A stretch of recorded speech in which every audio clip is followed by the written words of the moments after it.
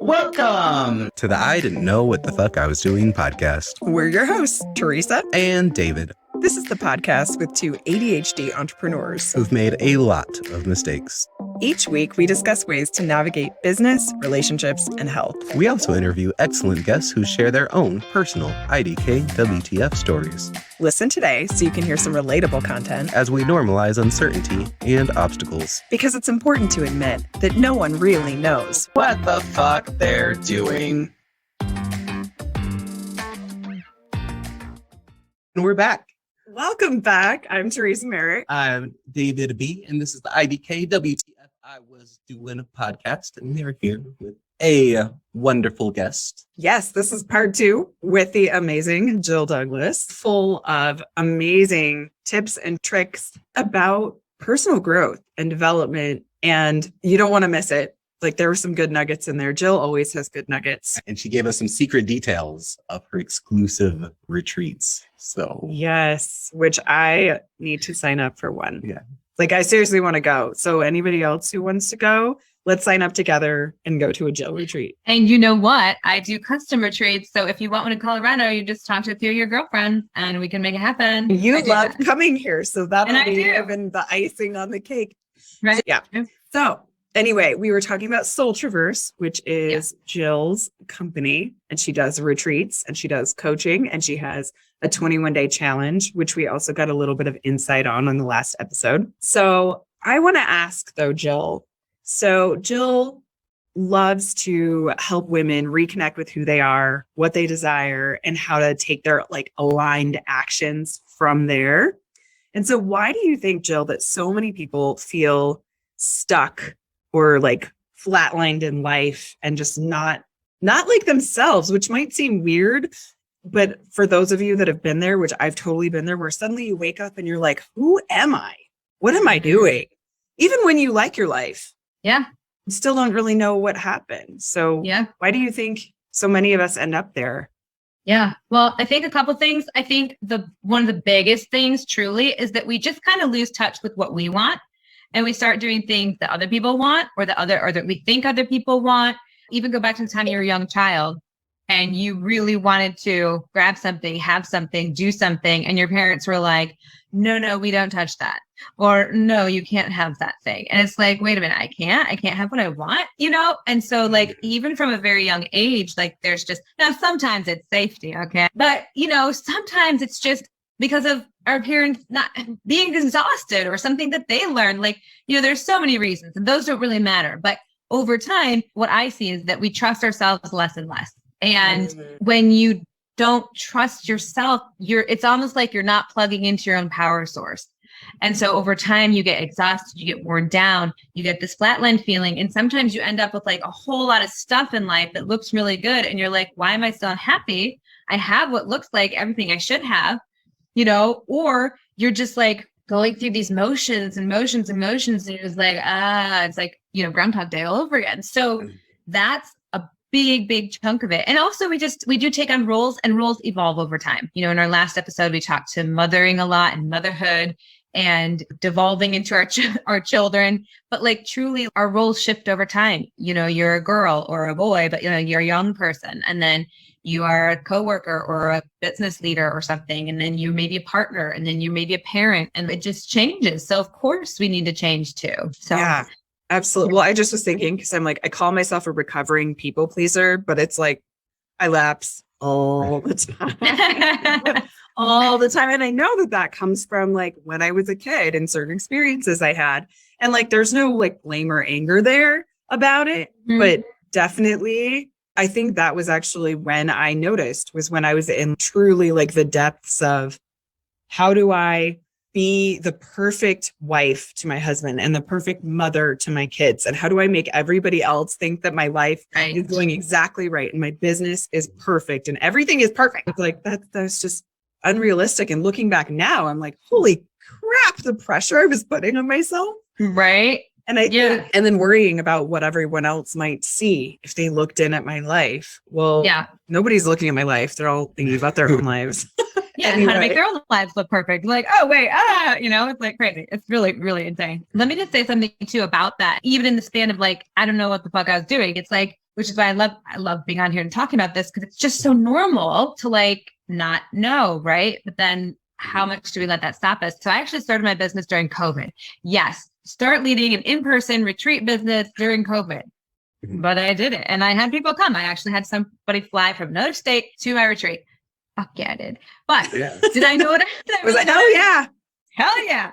But did I know what I was doing? No, not really. Was I just like, just figuring it out as I went? Yes. But what was stronger than the fear of not knowing all the details was like this internal desire of wanting so much to do this and knowing that I really just had to. So when I say I don't know what I mean, sometimes I don't know the how. Like, I don't know how I'm going to get from point A to point B. I don't know how all that's going to look necessarily. I just know that if there's that deep desire in my heart, that it has to happen somehow. And the knowing of the hows are not always my business up front. They will be shown, And so at the beginning of this year, I did my retreat business a little bit. I was doing some other things. And finally, at the beginning of 2022, I was like kind of feeling a little flatlined. Even though I was doing some work that I enjoyed and everything else, I just kind of was like, I just don't have any goals for the new year. And I don't really care. And I don't want to do this work. I don't, and I was really in a weird space that's not normally like me. And I just kind of took this step back of like, why am I doing this? And I was going on this girls' weekend down in Florida with some friends, and it was all paid for, set, like it was all taken care of. My kids were taken care of, everything was set. And I had all these voices in my head being like, what the fuck are you doing? You're being so lazy. I hope you're not having to beep out all these fucks because no. Okay. Like, you shouldn't be doing this. Like, you should be making money. This is so irresponsible. And I was like, wow, thanks for being on loudspeaker, because now I know how you really feel, right? But it was so interesting. And I had to just stop myself because I really was like pulling back, and I was like, I only want to do what I want to do. I'm only going to do what I want to do. And I went on this retreat and I started saying that. And I started saying to my friends, I was like, I'm consciously unraveling. I'm just like, do I have to do this? Do I have to do this because it looks good to somebody else? Because somebody else told me? Because it should? No, I'm not doing that anymore. I've lived 4 decades like that. Fuck it. I'm done with that shit. I'm just done. And so that's how I kind of started really leaning more into my business and doing what felt good, and kind of like, reorganizing what else do I want to do, and just throwing things out there, retreats, coaching, challenge, whatever. Like, okay, do I like this? Do I love this? Do I want to do this? And it was just like, some days I felt like, oh my God, I'm dropping balls all over the place. And other days it felt like, okay, I'm on top of it. Okay, I got this, and some things have been really fun and great. And some things I'm like, I never need to do that again. Some retreats I've scheduled, I've planned, I've shared about, and no one's come. I went to the location by myself and I had a solo retreat and it was amazing. But you know what I mean? Like, that happens too. And that's kind of was the shift of me at the beginning of this year. And it goes right into everything I teach now of like, you got to come back to you. You got to come back to you. Yeah, that's perfect. I was just thinking like that. It resonates so much. Just find what feels good for you and stick with that. And it also goes to like that trusting and how you feel. Like last episode, we talked about your hell no and your hell yes, but it's like finding that place and it's like, ooh, if that feels icky, don't do it. If you're doing it because someone else wants you to, don't do it. Which is easier sometimes said than done, right? Like as I was responsibly, getting out of some of the things I was in and whatever. I mean, I was like, this is so uncomfortable because I don't know what I'm doing. And is this going to work? And like, holy shit, it doesn't look like the thing. And my mom, let's face it, is thinking I'm crazy, and I'm like, okay, it's like, it's like creating boundaries. Yeah. In that space. Yeah. You're creating new boundaries. You're creating new boundaries. You're learning as you go. And it has to be like, you can learn something up here, but then there's learning it in life. That's why my website, part of it is called Life as Lived. I used to keep a blog. It's not really active right now, but it's like the as lived experience of your life is like where you get it, right? It's where you get it. I know people have heard this example. I know you have, Teresa, but it's like, talk to somebody about how it feels to balance on a bicycle. They can't balance just knowing it. They have to literally feel it. And that's why I was like, okay, I have to walk this path if I'm going to tell other people, but I didn't do it to tell other people. I did it so I could be walking the path. And now I get to share some things with people that I've learned along the way so that they can walk on the path and maybe shorten the distance. You know what I mean? So Yeah. Totally. Yeah. I have one little question that I've thought of a couple times. It doesn't directly relate, but it does. Like, how do you pick where you hold your retreats? Because they're always like in the most beautiful places, Jill. All the pictures that I've seen, Jill is like an amateur photographer. She takes beautiful nature photos. I love your nature photographs. And you always have these beautiful photos. And I was thinking, wow, what a special thing to be able to go by yourself and spend some time in nature alone. yeah. Yep. No, that's a good question. You know, some of them have been chosen because they're close to nature. Like one I did at a state park in a cabin. And that one was because, again, easy access to nature, because that's another big thing for me. Like the container of nature just brings everything up and then you get to deal with it. So I bring a lot of nature. And the other part is I have a friend who has a family lake house in Georgia, and it's been a beautiful, like the energy there is magical. The first time I went, I actually had with some girlfriends, like a divorce ceremony when I got divorced to like complete that in a beautiful way. And so, you know, we've done retreats there now, and it's a beautiful place. And then I kind of picked them based on where I'd like to be and where it works. And again, starting a business and doing things like that, sometimes you don't have all the upfront, like thousands and thousands of dollars to rent, right? But you can do something, you know, and you find a place and you make it work. Mm-hmm. You do all the different things, get creative and source like, hey, where could I have this? In a second, we'll go to a break and we'll talk more about those specifics on like how you pick things and like kind of that process to getting to where you are. But I wanted to talk about a mental thing again, because you talk about saying no to things and giving things up and like releasing the expectations of others, right? And I feel like that's something I've gotten really good at. And I'm really good at just being like, okay, I'm not doing any of that. But I've had a hard time figuring out what I want to do and how to go into it 100%. And how to like follow that path of, okay, I know I'm passionate about this. So now how can I take all of the actions to get this thing done? And a lot of it is maybe I don't know the specific steps on how to do it, but other things I do know the steps on how to do it and I just don't do it. So how, like, what have you done for yourself to know that you're on the right path and to continue going down it? Yeah, really good question and beautiful, because that's, I think, where a lot of us, like even earlier, I think it was last episode when you were talking about in your work, how you work with people and they come right up to that edge and there's almost this self-sabotage going on, right? And kind of how do you either avoid or walk through it, right? And I think it's both, but how I do it and how I'm practicing it currently is like, you know, there is a part of you that is here as a human being right now. And there's a part of you that is part of the infinite in this world, right? Like in this universe, like everything is matter, everything is energy, all matter is energy. And so there's a part of you that exists bigger than this. And I'm not, you know, like spiritually speaking, you can say God, you can say source, you can say whatever. Even if you're an atheist, consider physics, quantum, you know, everything is energy, right? So there is a part of you, your thoughts, your energy that exists beyond you. So that entity is the same that like creates worlds and that makes this earth keep spinning in its orbit. And like all of that is going on. We don't have to think about it. It's more powerful and bigger than you. So when I have a moment of like, what's next? What do I do? I actually tap into that as a resource and, you know, call it, you know, getting into meditation or, you know, calibrating your energy. And the more you practice it, the better you get at it. But, you know, it's really visioning you as you really want to be in your dream. So like whatever you're working on, whatever you want, you imagine yourself, it's already done. You have it, it exists. You feel that in your body, right? Like, oh, I'm so excited, I'm thrilled. I have all my people for my coaching program or my retreat or whatever. And you experience yourself as that. And then from there, you can ask yourself, what's the next step I can take in the next 24 hours to get me closer to that vision? And you just listen.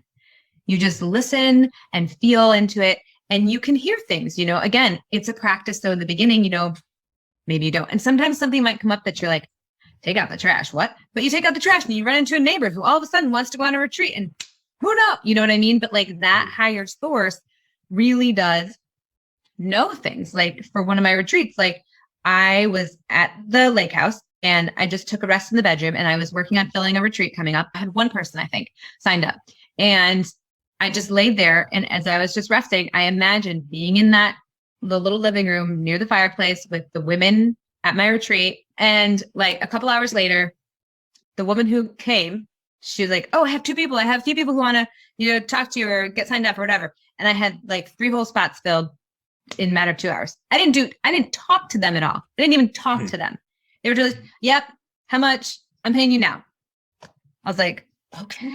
So that's part of it, right? Like really tapping into something bigger than you that knows. And then again, the practice of trusting it. And then the other aspect truly is like, sometimes there is a fear, there is a concern, and that's normal human beingness, right? That's the stuff that sometimes we just have to walk through. You just have to walk through it. It's like being a bison in a storm, and like they run right into the storm because they pass through it faster. Cows will run from the storm because they're trying to get away from it, right? But if you're a bison, you turn and you head right in. Sure, it's a little intense at first, but you're on the other side faster. And so we can, just for me, I also like, I'm really like, if I want to teach women to do this, I have to do it myself first. Mm-hmm. Like that for me is the mantra that I say to myself. Like, if you're going to talk the talk, you got to walk the walk. You got to do it, So. Okay, so note to self, be the bison. Be the bison. No, I love bison. I love Yellowstone. So like, right? As I was a kid, we always used to go. And I did not know that about bison, but like totally like be the bison. It's the mantra. Like guided meditation. Right. Bison. And you can visualize yourself going through it. You can visualize yourself on the other side. It's kind of like, when your kids are afraid of something, going to class on the first day of school and be like, how do you help them with that? Like, okay, you guys, like, let's envision you're in your class. Let's envision you're on the other side. Let's envision you coming home and you've made it through your day. Like, if they're open to that, my kids would just be like, okay, Mom, you're crying, but you cringe. But I don't tell it to them anyway. Cringy. Like, cringy mama. Hashtag, but it's interesting though. That's what I will talk to people about too, is feeling your feelings. Cause sometimes we have those like feelings that don't feel good, but the more you resist the feelings, the longer, like if you're feeling sad, but you resist the heck out of it, you're like, no, I'm not going to cry. No, I'm not going to be sad. Like it ekes out and it's icky, and you feel icky probably for longer than if you just let yourself be sad and maybe cry about something for 5 minutes or 10 minutes. And then you feel better. It comes out in other weird ways. Yeah. Come out as anger or annoyance, or just like, it's not productive, and it's hard to get anything done in that space. But it's like, oh, cause it really is be the bison right through that. Like, oh, I'm feeling sad. Okay, let myself feel sad. It doesn't matter that I'm in a restaurant and maybe somebody's looking at me. I just thought about my grandmother and I miss her, and I'm going to cry about her for 2 minutes and then I'll be fine.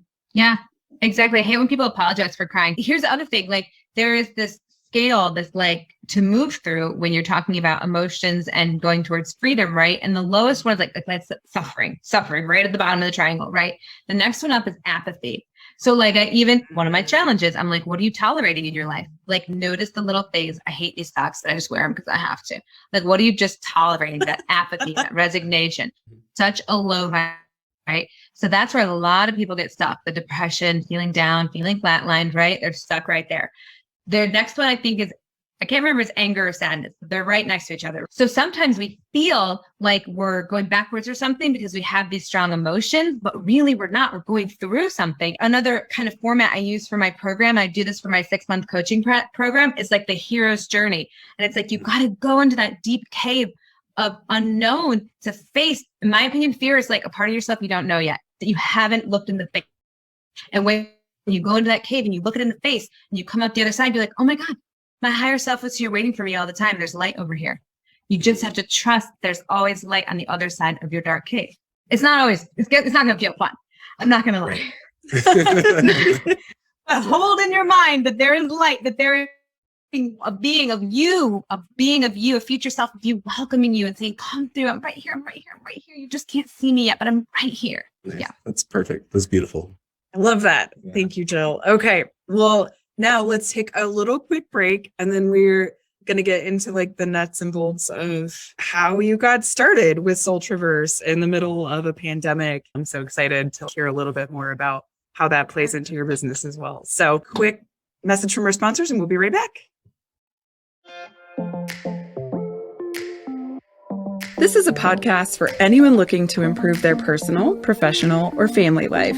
We craft these episodes so you can learn from or relate to our experiences and opinions. And we'd love to hear more about you. So if you're interested in connecting with us further, as well as other like-minded individuals, we recommend checking out our creatively named Facebook group, Colorado Entrepreneurs.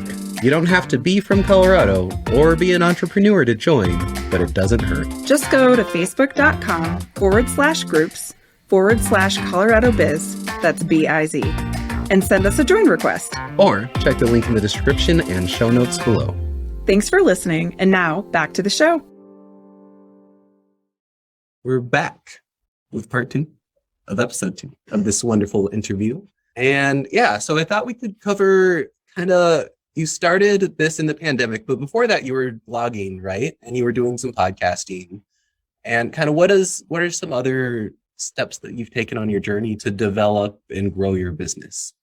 This is a good question. I think for a minute.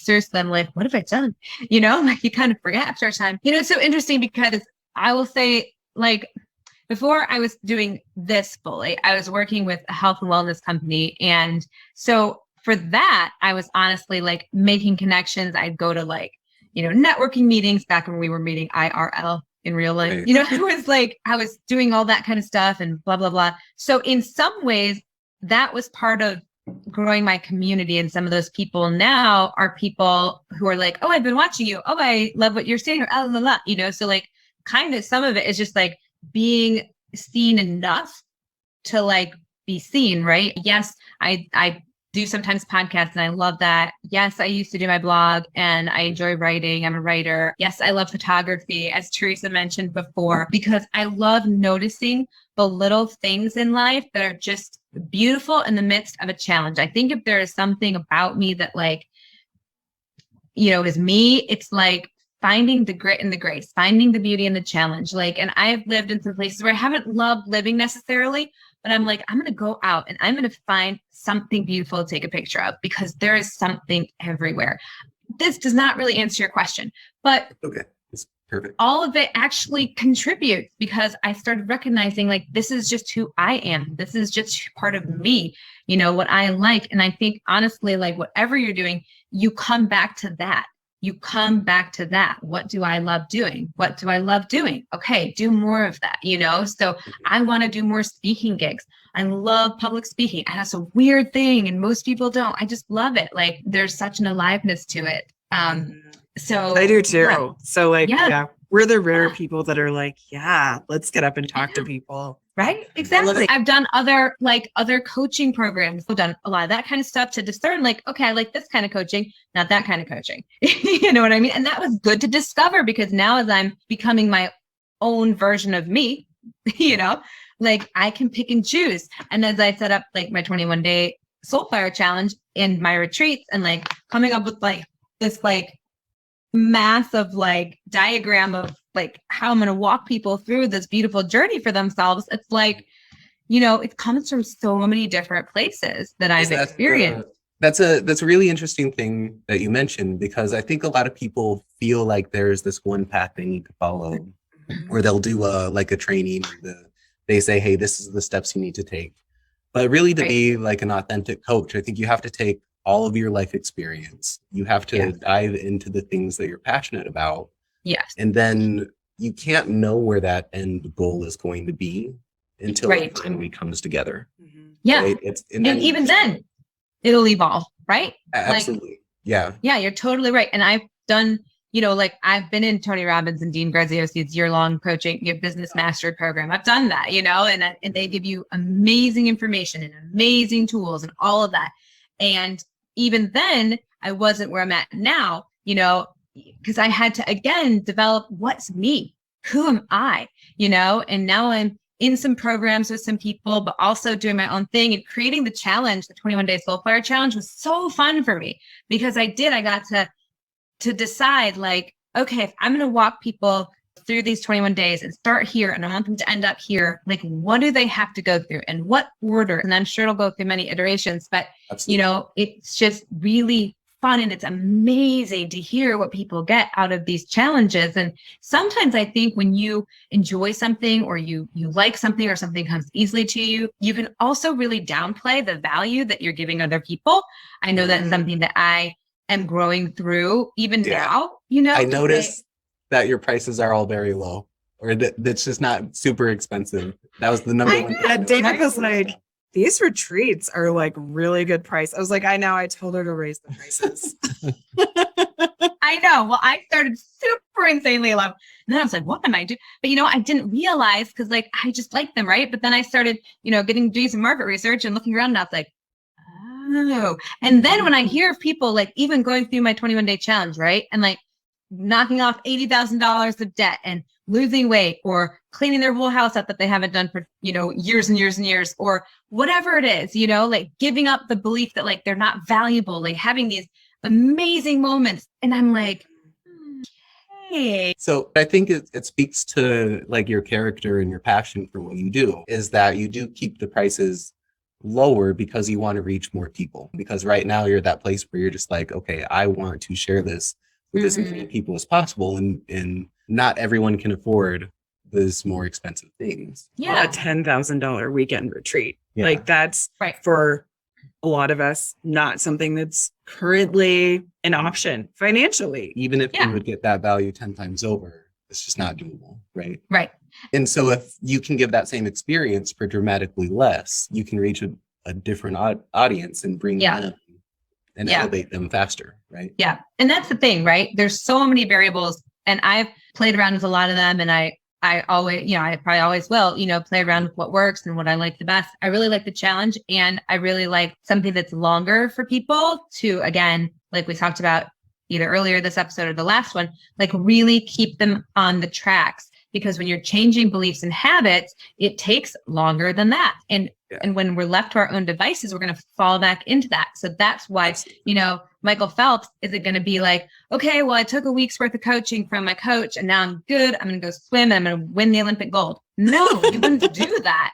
He's like, no, coach, you teach me every single day and you make me get in that water and you break my goggles so they fall off when I'm swimming so that I have that kind of experience. So if I dive into that Olympic pool, I won't get flustered. Like that's what coaches are for. So for me, I'm like, do I want anybody who really wants to make a change in their life be able to access something? 100% yes. And if you do the work of this 21-day challenge, your life will not look the same. Period. 100%. Boom. And each one of those, like I had one of the women who also is a coach and coaches executives or something like that. She's like, this could be a year-long program. And I'm like, actually, a lot of this is in my 6-month program. And that program is $8,000, which is a massive amount for me. It's not in the grand scheme of what you're getting. And it's still like, there's so much transformation in the transaction, like we talked about in the first episode, of putting something at stake for you, of saying, I don't actually know how I'm going to do this, or I've never paid this much for myself before. But you know what? Is my life worth it? Heck yeah, it is. I'm a hell yes to this. Can I keep living the way I've been living? No. I want the rest of my life to be from a place that really feels amazing and lights me up. So this is worth it. It's like going back to grad school in a way, but for pennies if you consider this program. But consider the cost of grad school. And it's full spectrum life, right? Like full spectrum. You're not just going to get a piece of paper that says, okay, now I know how to do IT. No, this is your life. This is your relationships. This is your health and vibrancy. This is your income. This is your vocation. This is like time, money, freedom. It's like all the things, which is amazing. But yes, I do want people to be able to, if the Soulfire challenge is all they ever do with me, I want them to like come out and be like, that was worth it. And I got so much from it that parts of my life will never look the same again. Totally. Awesome. Nice.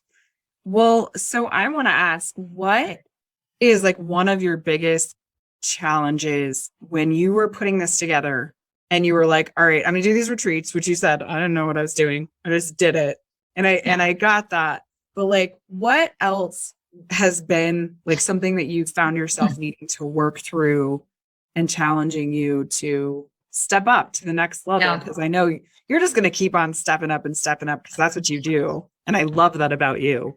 But so I want to know, like, what shows up for you? Thanks.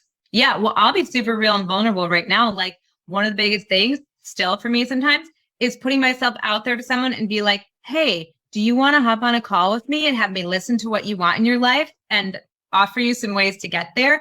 Now, I have no problem if it's just for free and friend talk or like one-on-one talk, blah, blah, blah.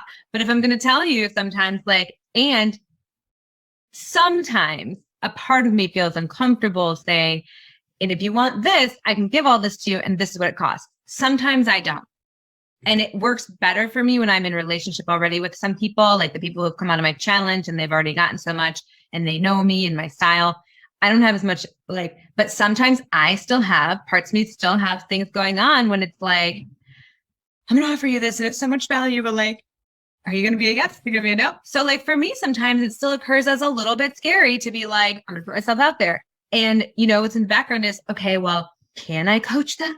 Can I hear what there is to hear? Can I support them? Are they going to get value? Like, are they going to get off the call and be like, well, that was a waste of my time? Now, I don't think anyone has ever gotten off the call with me and said, it's been a waste of my time. But like that is a fear I still walk through, you know? So again, like even now I'm like, I'm doing personal reach outs for people from a coaching program, or just to be like, hey, this isn't about that, but it's about where are you and where do you want to be? And if I can offer you something, I'd be glad to, you know? So do you overcome that by knowing that what you provide is valuable and knowing that you're going that's a really great question. And it's something I was sitting with just today, even because I was like, okay, you know, at first I get into like the vision of it already being done, right? And knowing that like, this is me, this is how it's already gone. So I know that and feel that. And the other thing I do is like get into my content, right? And I like look at some of the things I teach people and I'm like, oh my God, yes. Or I think back to somebody in my life who's like, this is really good. saying, oh my gosh, who came up with this? They are brilliant. Yeah. So yeah, that's me. I'm brilliant. Yay. Right. Oh, it's me. Right. But no, truly. Yeah. Those are some of the ways I overcome it. Like the visioning of who I really am. And then also like getting connected to my content and the value it offers. Yeah. And go ahead, specifically for your retreats, you mentioned that you pick them because you like the locations, but what does it exactly look like? How do you pick it and how do you like, what do you do? Because if no one signs up, then, right, you have to put a deposit down. Yeah. And that was one of the scarier parts for sure of being like, okay, you know, this is happening. So part of it is leap of faith. You know, yes, I've just had put deposits down, period. I always look to see when it's the last minute to cancel. Not that that's where I want to come from, but I'm just being real and thinking about it, right? So I do make sure I check so I know just in case something happens and I have to cancel it, like what is the cancellation policy? Most places offer one, or at least a portion of your money back, right? So I don't know about all though, probably about. So some of it's that. And then some of it for me has literally been like, you know, thinking what places do I have access to now? Who do I know who has a place where the costs would be low? You know, and there's nothing wrong with that. You know what I mean? It's like they go, oh, that's cheating. No, it's not cheating. It's being resourceful. It's being resourceful. And business people are resourceful. Everybody can be resourceful, you know, and someone's like, I don't have the money. It's about Tony Robbins says it's not a lack of resources, it's a lack of resourcefulness. Exactly. And that's exactly what I'm speaking to 100%. So I've, you know, so that's where like the lake house in Georgia came about, is partly that. I even thought like, oh, my parents live up in Michigan, a beautiful stretch of land. Could I use that? Like I have some connections in Idaho at a little cabiny resort place, like on the river. And I'm like, I could use that. Like, you know, so it's thinking about things like that too, as far as just brainstorming. And then how do you market? Do you put like a flyer? Do you put like a website up or? Yeah, I will say too that that's like one of my smaller zones of genius, and that's something I look forward to having somebody else support me with in the future. Yes. So I share, you know, I'll post on social. I'll invite specific individual people I know, people I've worked with in the past, people who have expressed interest. I'll share things in different Facebook groups that are aligned with that kind of thing. We have put up flyers sometimes, you know, community boards, things like that. Most of my people have probably come from only a few layers of my circle, like through friends of friends of friends, maybe like if we're talking Kevin Bacon degrees of separation, maybe 3 or 4 so far. So that's one thing that I am excited to keep growing and expanding, right? Like the beyond the people I know and who know people, right? One of the gentlemen I follow is Jordan Harbinger. And a big thing he says is build your network before you need a network. Just give value, help people out, build that network, because then you can go, when you do need something, you provided that value first. Yeah. And then you can say, hey, then they know you, they like you, they trust you. And you put something together. Yeah. People are just much fun. Yeah. And truly, like, you know, the retreat, this group of 3 women, one's a lawyer, one's a plastic surgeon, and one's a doctor. And, you know, I call them my Q4 ladies because they have a retreat every quarter. So I call them a Q4 trio. Anyway, like the first woman who signed up was literally someone I had met in a personal growth course one time. We weren't really even like super highly connected. We just kind of knew each other a little bit. And I had reached out to her many moons ago for one of the retreats and she couldn't do it. But she's like, oh, keep me in mind, you know, blah, blah, blah. Well, fast forward to this one retreat. And I was like, her name just pops into my mind. Again, follow those little nudges, right? So I reached out to her and she's like, yes, I totally want to come. Right. So she was my first one. Didn't really know me, but knew me enough. Right. And then she invited friends and they hadn't met me at all. So it's like, you don't know who in your network, you don't know how they know. And another woman, we did like an interview. And then before you know it, she's connecting me to someone else who wants me to do speaking at her women's events. And I'm like, yes, please. And it's like, the world is a big, wonderful place. And we just need to share enough to like, let people know what we're doing, even if it feels scary. And, you know, just call it in. You're right. Keep building and keep, you know, giving value and keep being the best you, because at the end of the day, you're the you who people want or don't want. And that's okay too, if they're not your people, but which is, that's absolutely right. Well, and really too, like, I feel like the theme, and it's come up a few different times in both of these episodes, is taking the action. Yeah. Even when you don't know what you're doing, even when you're not sure and you're like, oh, I just thought of this person's name. Okay. You took the action to reach out to this person. You took the action. Yeah. And so sometimes those actions can feel really scary, but when you're on the call and you're like, okay, great, I can help you with these things. And it's going to cost this many dollars to do this retreat or this coaching program or whatever it is you might be recommending to them, and getting the value, but taking that action of saying it and putting it out there. And it's just leveling you right on up. It might not lead to that exact end that you were thinking, but it'll lead to the end that it needs to be. Yeah. Exactly. It always leads to the end it's supposed to. Right. Because that first time that woman said, oh, I can't this time, I'm sure it was one of those like, oh, man, because you're like, you want them to sign up right now. You want them to be on this retreat with you. You're excited about this retreat. So it didn't happen, and it worked perfectly for the retreat that she showed up at. Yeah. And that's a golden nugget that, like, if you take this and use it in your real life, like, it'll save you so much, like, consternation and everything else in any realm of your life. But, like, just trusting that it's all working out how it's supposed to, because truly, you just don't know. You don't know. In previous businesses, I was way more attached to, like, people saying yes about it, right? And in this business, oftentimes I'm just like, the exact right people will show up. They just will. And like there's a real piece about it, you know? So even sometimes in parenting or relationships or whatever, you can always just come back to kind of like, well, something about this is what I need right now. And something about this is for my better, you know, my higher self and my growth. And trusting that is a lot of peace of mind. Yeah, that's awesome. All right. Well, I'm so sad because our time is up, and I feel like I have enjoyed this so much. You have given us so many golden nuggets, as you call them, and so many tips and tricks and, you know, just things we can take away. And so I challenge all of our listeners to take one piece of advice that Jill gave, either in this episode or the last episode, and put it into action in your life and see what happens.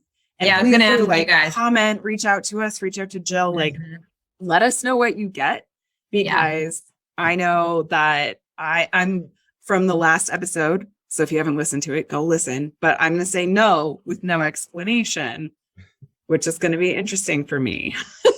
So, I love it. So yeah, please do. And Jill, you have been such a pleasure. And can you share how our listeners can find out more about you?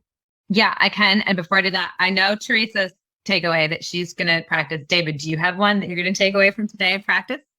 You can say no too, but I'm just curious if you're going to take no. Just kidding. No, be the bison. Oh, I like I'm gonna it. take that one too. Yeah. Be the Okay. bison. Be the bison. Okay, good. I love it.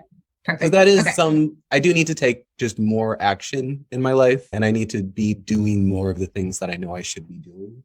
And I think a lot of the time is just, I'm just not moving forward. And I think that imagery of just a bison, like, okay, well, that looks uncomfortable. And going through the storm, even though it looks uncomfortable. Yeah. How can we find you? Okay, so you can find me. Best ways to find me, honestly, are on Instagram and Facebook generally. So Instagram is My Sacred Mundane, going back to finding the beauty and all the little things. And Facebook, it's Jill Winkler Douglas. I believe that will be in the show notes. Yes. I also have a private Facebook group called Your Soul Traverse Tribe. And so you can come in there and hang out with me. And then is it also just for women or is it for anyone? You know, there are dudes in there too. So anybody really. Yep. You're all welcome. And then you can go to my website, which is lifeaslived.org/soul-traverse. Yes. And we will have all of that in the show notes. For sure. And for our listeners, I strongly encourage, if you're interested in anything that Jill is doing, to go and purchase something that's on there, because I'm certain your prices are not going to be where they are. This is true. This is true. These are the golden days people talk about. Yeah. Like, I got in when it was still They are. Well, and so we have your 21-day challenge coming up again in August. Yeah, that's so, and that is like the lowest ticket price, which $21, probably more expensive than it is. It's only $21, guys. Like you have $21. Skip Starbucks for a couple days. Seriously. Yeah. And then when is your next retreat or two? Just so everyone knows. So there will be one coming up in September and October of okay, great. So stay tuned to the website. Or again, the best way to get hold of me is like to send me a message on Instagram or Facebook, because the website is in transition, or go to my Calendly link. I'll give that to you guys too if you don't have it, or it should be under my link tree. Okay. Which you can find in my Instagram. But book a call with me, just a complimentary connect, or with like where you are now, where you want to be, and what's the bridge for you, how to get there. So okay, awesome. Yeah. I'm pretty sure I'm doing the 21-day challenge with you. So come on. Come on. 21 days of magic with Jill. That's right. It's going to be amazing. Yeah. Yes. Well, thank you so much. This has been so much fun, and I just adore you. So I feel super lucky to call you a friend as well as my podcast guest. Well, thank you. I've enjoyed being here. You guys ask great questions. I appreciate it very much. Yeah, thank you. Awesome. You're welcome. Thanks, everybody. We'll see you next time. Bye. Thank you for listening. This has been the conclusion of our 2-part series. And hey, congrats for making it here. If you didn't happen to catch part 1, just go back to the previous episode to get the full story. It was a really good one. If you enjoyed today's conversation, please consider liking, subscribing, and/or reviewing us on wherever you listen to your podcasts. Also, if there's someone you know who clearly doesn't know what the fuck they're doing and would benefit from this topic, please hit that share button and send them this episode. Let's normalize the feeling of uncertainty, asking for help, and admitting that we don't know what the fuck we're doing either.